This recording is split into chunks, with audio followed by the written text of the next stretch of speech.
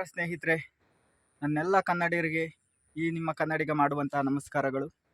ನಾನು ಇವತ್ತು ಬಂದಿರುವಂಥ ಸ್ಥಳ ಹೆಗ್ಗುಂದದ ರಾಮದೇವರ ಬೆಟ್ಟಕ್ಕೆ ನಿಮ್ಮನ್ನು ಕರ್ಕೊಂಡು ಬಂದಿದ್ದೀನಿ.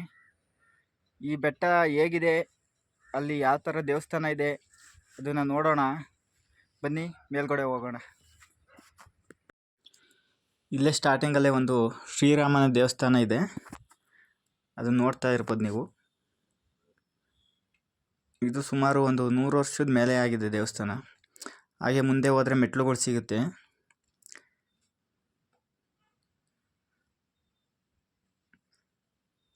ಆ ಮೆಟ್ಲು ಮುಖಾಂತರ ಮೇಲ್ಗಡೆ ಹೋದರೆ ನಾವು ಎಂಟ್ರಿ ತಗೊಳ್ಬೇಕು. ಅಲ್ಲಿ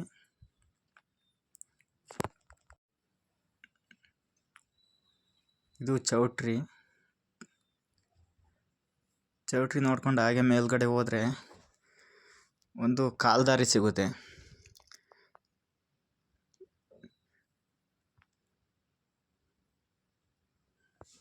ಇದೇ ಎಂಟ್ರಿ ನೋಡ್ಬೋದು. ಇಲ್ಲಿಂದಲೇ ನಾವು ಹೋಗ್ಬೇಕು ಮುಂದೆ. ಬನ್ನಿ ಹೋಗೋಣ. ಹಾಗೆ ಇದೇ ಫಸ್ಟ್ ಎಂಟ್ರಿ. ನೋಡ್ತಾ ಇರ್ಬೋದು ನೀವು, ಕೋಟೆಯ ಅವಶೇಷಗಳನ್ನ ನೋಡ್ಬೋದು. ಆ ಕಡೆ ಈ ಕಡೆ ಸ್ವಲ್ಪ ಉಳಿದಿದೆ ಕೋಟೆ.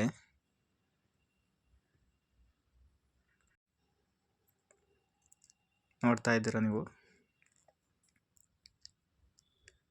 ಎಲ್ಲ ಶಿಥಿಲಾವಸ್ಥೆಗೊಂಡು ಎಲ್ಲ ಬಿದ್ದೋಗ್ಬಿಟ್ಟಿದೆ ಅರ್ಧ. ಇದೇನು ನೋಡ್ತಿದ್ದೀರಾ, ಇದೇ ದಿಡ್ಡಿ ಬಾಗಿಲು.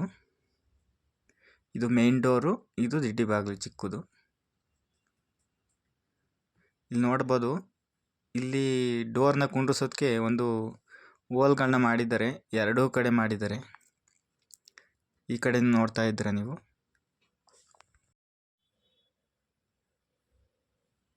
ಕೋಟೆ ಮೇಲೆಲ್ಲ ಗಿಡಗಳು ಬೆಳ್ಕೊಂಡಿದ್ದಾವೆ, ಎಲ್ಲ ಇನ್ನೇನು ಬಿದ್ದೋಗ್ಬಿಟ್ಟಿದೆ ಆಲ್ಮೋಸ್ಟ್. ಹಾಗೆ ನಾವು ಎಲ್ಲ ಕೋಟೆಯಲ್ಲಿ ನೋಡುವಂತೆ ಇಲ್ಲೂ ಕೂಡ ಒಂದು ಆಂಜನೇಯನ ದೇವಸ್ಥಾನ ಇದೆ. ಇದನ್ನು ಬೃಹತ್ ಬಂಡೆ ಮೇಲೆ ಕೆತ್ತಿದ್ದಾರೆ. ನೋಡ್ತಾ ಇರ್ಬೋದು ನೀವು ಎಷ್ಟು ಸುಂದರವಾಗಿದೆ ಅಂತ.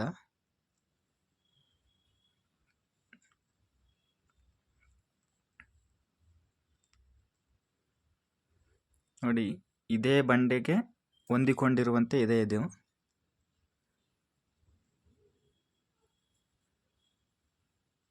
ಕೋಟೆ ಎಂಟ್ರಿನಲ್ಲೇ ಇದೆ ದೇವಸ್ಥಾನ.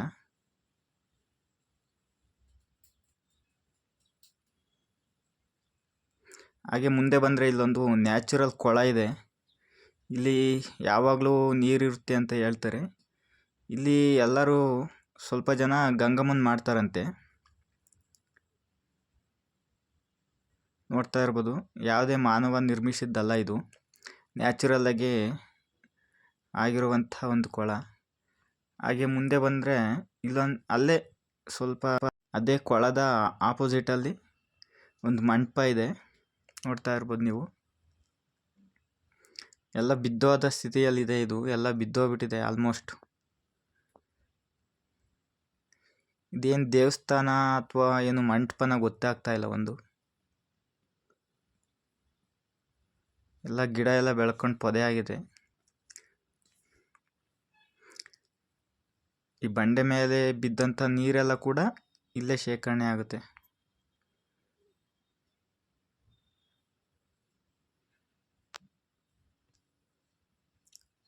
ಹಾಗೆ ಮುಂದೆ ಕಾಲ್ದಾರಿಯಲ್ಲಿ ಮುಂದೆ ಹೋಗ್ಬೇಕು.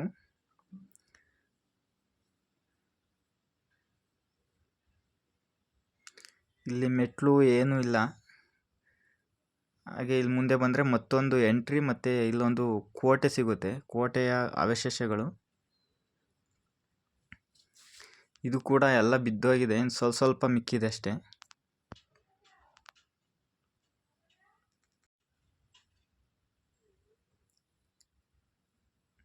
ಇದು ಮತ್ತೊಂದು ಎಂಟ್ರಿ, ಕೋಟೆ ಎಂಟ್ರಿ.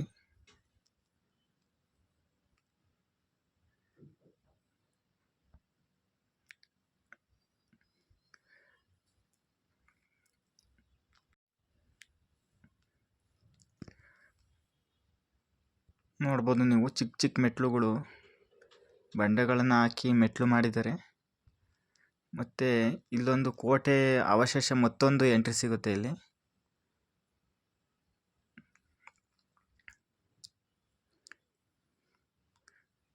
ನೆಕ್ಸ್ಟು ಇದೆ ಮೇಯ್ನ್ ಎಂಟ್ರಿ ದೇವಸ್ಥಾನಕ್ಕೆ.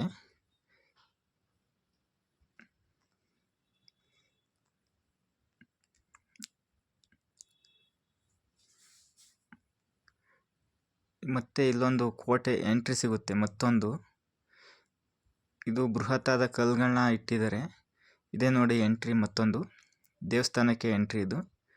ಇದು ಚಿಕ್ಕದು, ಅಂದರೆ ನಮ್ಮ ಹೈಟು ಕೂಡ ಇರಲ್ಲ, ಒಂದು 5 ಅಡಿ 4 ಅಡಿ ಇರ್ಬೋದು ಮೋಸ್ಟ್ಲಿ. ಹಾಗೆ ಇದನ್ನು ಮುಂದೆ ಹೋದರೆ ನೋಡ್ಬೋದು ನೀವು.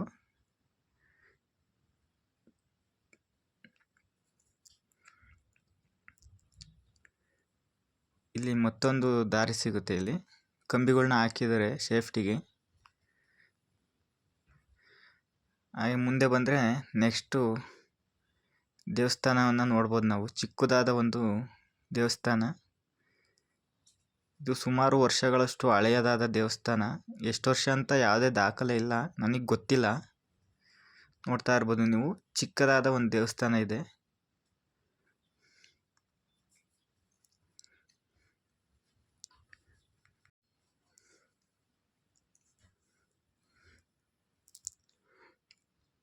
ನೋಡ್ಬೋದು ಇಲ್ಲಿ ತುಂಬ ಚೆನ್ನಾಗಿದೆ ವ್ಯೂಸ್ ಮಾತ್ರ ಇಲ್ಲಿ.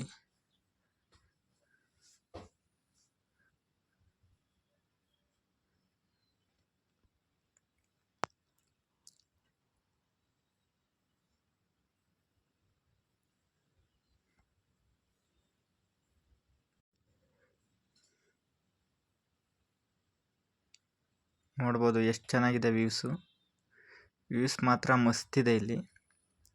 ಹಾಗೆ ಆ ಕಡೆ ಈ ಕಡೆ ದ್ವಾರಪಾಲಕರನ್ನ ನಾವು ನೋಡ್ಬೋದು. ಮತ್ತು ಇಲ್ಲೊಂದು ಚಿಕ್ಕದಾದ ಒಂದು ಗರುಡಗಂಬವನ್ನು ನೆಟ್ಟಿದ್ದಾರೆ. ತುಂಬ ಏನು ಹೈಟ್ ಇಲ್ಲ, ಗರುಡಗಂಬ ಚಿಕ್ಕದೇ ಇದೆ ನೋಡಿ.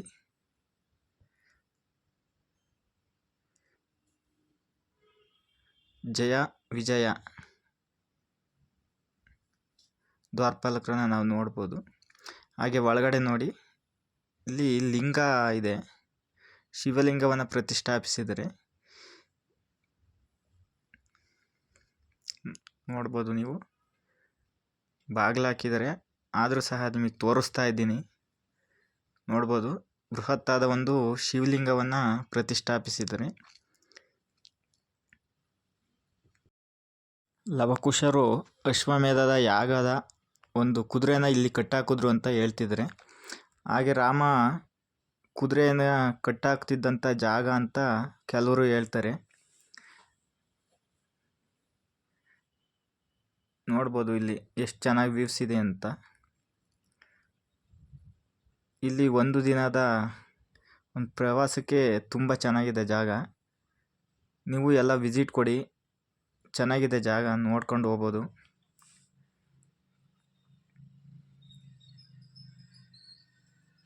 ಅದೇನು ಕಾಣ್ತಿದೆ ಮತ್ತೊಂದು ಇಲ್ಲಿ ರಾಮದೇವರ ಬೆಟ್ಟ. ಅದಕ್ಕೂ ಈಗ ಒಂದಿನ ವಿಸಿಟ್ ಮಾಡ್ತೀನಿ.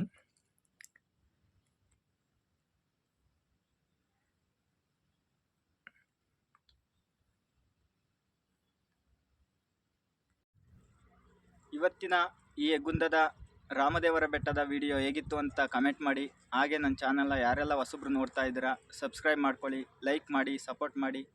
Okay, bye friends. ಜೈ ಹಿಂದ್, ಜೈ ಕರ್ನಾಟಕ ಮಾತೆ.